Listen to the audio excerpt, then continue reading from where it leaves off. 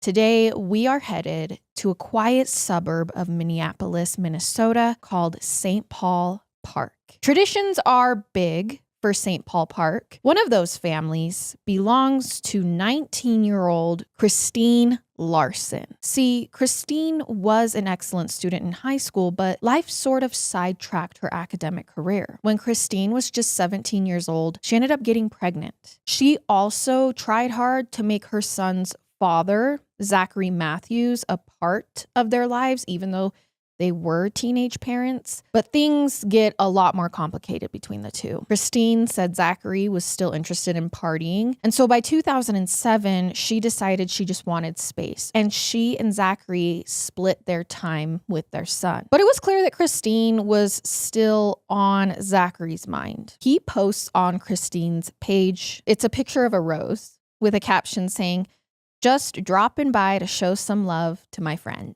Though the following day, any plans Kristine had came to a screeching halt. On the afternoon of December 19th, just one day after that MySpace post, Deb and Kristine had plans, but Kristine had promised her friend Marcella that she would drive her to work that day to a local convenience store and gas station. Kristine said she would be home that evening. Now around 1:20 p.m., Kristine left her home and dropped Marcella off at the convenience store where she was seen inside.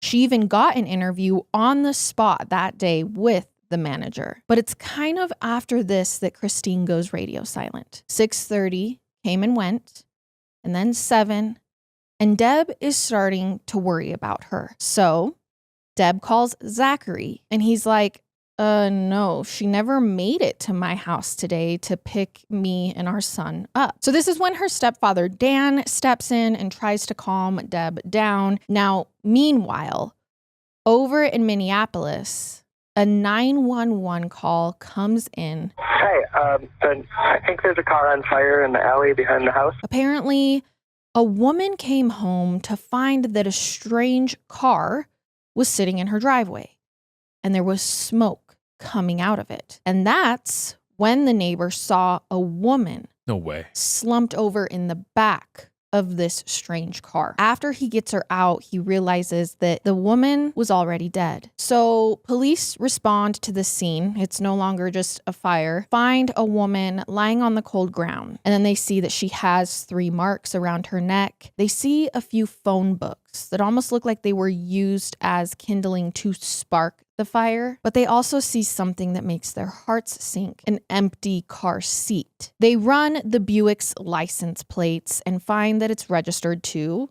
Deb Tilson.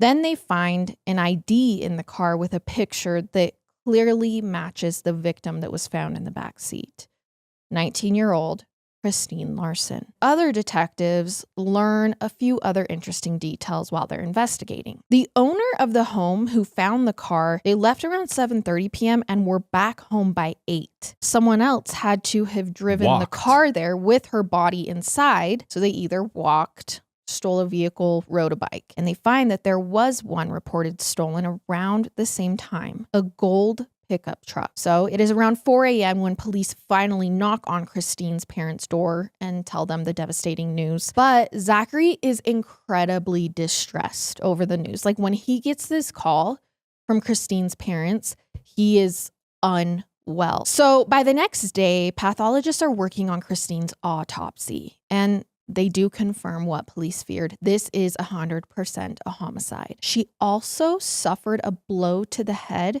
before being strangled to death. They realized that one of the last people to reportedly see her was her friend, Marcella. But when they're talking to Marcella about all of this, she actually tells police, hey, she's supposed to be headed to Zachary's house, and I just want to, like, as a friend of Kristine's, let you know that I think it's worth looking into Zachary. So on December 20th, Zachary comes into the police station and he tells police this, just for a formal interview. Kristine was supposed to pick him and her son up around 2 p.m. and take them to that toy drive in Minneapolis, only Kristine never showed up. After that, he says he and his son stayed home for the entire night. They never left his place again. They speak to the social worker who confirms Zachary was at the toy drive. So investigators feel like, okay, we're still going to look into the boyfriend shoe, but we also think we need to start looking for other suspects. All right. So after speaking to those closest with Kristine, they learned she really had moved on from Zachary at this point. She had been seeing someone else for the last week and a half, and it already was kind of serious. His name was Derek. They go to track him down. They show up at his place of work, but learn that he actually didn't show up for work that day. He says the reason he had been MIA was because he was heartbroken after learning about Kristine's death. And Derek says he hadn't heard from her at all that day, which he did think was strange, especially when he ran into her coincidentally that afternoon in St. Paul. Police now realize someone besides Marcella had seen her. Police do find this story a little strange, but there's one other big red flag about Derek. He actually was living with another girl. He said he was home alone the night Kristen died. So the best way to do that is to check his cell phone records. And they find that he does seem to be telling the truth. So detectives are still wondering, okay, does that gold pickup truck have anything to do with this? When they follow up on that loose thread, they learn it was completely unrelated. It was just a few kids who were messing around in the area that night and stole a car and went for a joyride. So detectives think, okay, one way to get away from the crime scene, if it wasn't via a stolen car, would be on foot. They likely would have taken the bridge on Interstate 94. Turns out there was a 911 call in the system from the night Kristine died, saying that someone was walking in the dark on the side of the freeway. And there is an image of someone walking east towards St. Paul. Now, this direction where this person is walking is actually towards where Zachary lived. They decide to look into Zachary's cell phone records from that evening. His phone pinged a tower going westbound into Minneapolis.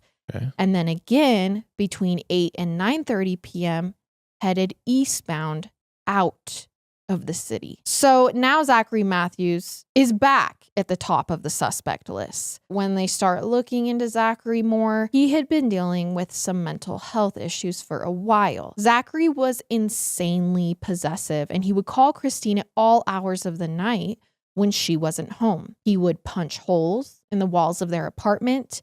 He removed doors from their hinges and eventually told a friend Zachary hit her harder than anyone else ever had in her life. Now, when Kristine told him the relationship was done in May of 2007, Zachary climbed over the railing of a bridge and threatened to jump into the Mississippi River. God. So in hopes of gathering more evidence, the police execute a search warrant on Zachary's apartment on Christmas Eve. Phone books, exactly like the ones that were found in Kristine's car and used as kindling to set that fire. They also found a wall post in the kitchen that had a tiny smear of blood on it. And when they run it under black light, they also learn there's more blood that looks like it had tried to be cleaned up. In the closet, they saw one shoe that was missing an entire shoelace.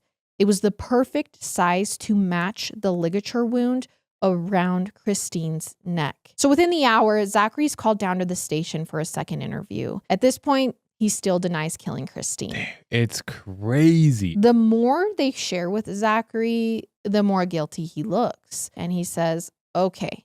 Finally, he says, okay, detectives, here is what happened. I actually came home that day and found Kristine already dead. I panicked. I put Kristine's body in her car and I drove it to Minneapolis because he said he knew the crime rate was higher there. And then he left it in a random driveway and walked back to his apartment. But confession or not, Zachary had just implicated himself in covering up Kristine's murder, even if he didn't say that he no matter did what. it. They believe that Kristine was late to pick up Zachary and her son after going to that interview. And when she showed up, the two got into a fight about it, like Zachary saying, "Where were you? Who were you with?" And that Zachary turned violent. He pushed her against the wall. And then Zachary eventually grabbed that shoelace and strangled Kristine to death in the bedroom. And then panicking, he moved her into her own car later that night and tried to cover up the crime by hoping she and any evidence would burn in the vehicle. That October, Zachary was found guilty of first-degree murder on both accounts. He was sentenced to life without the possibility of parole. And that is the murder of Kristine Larson.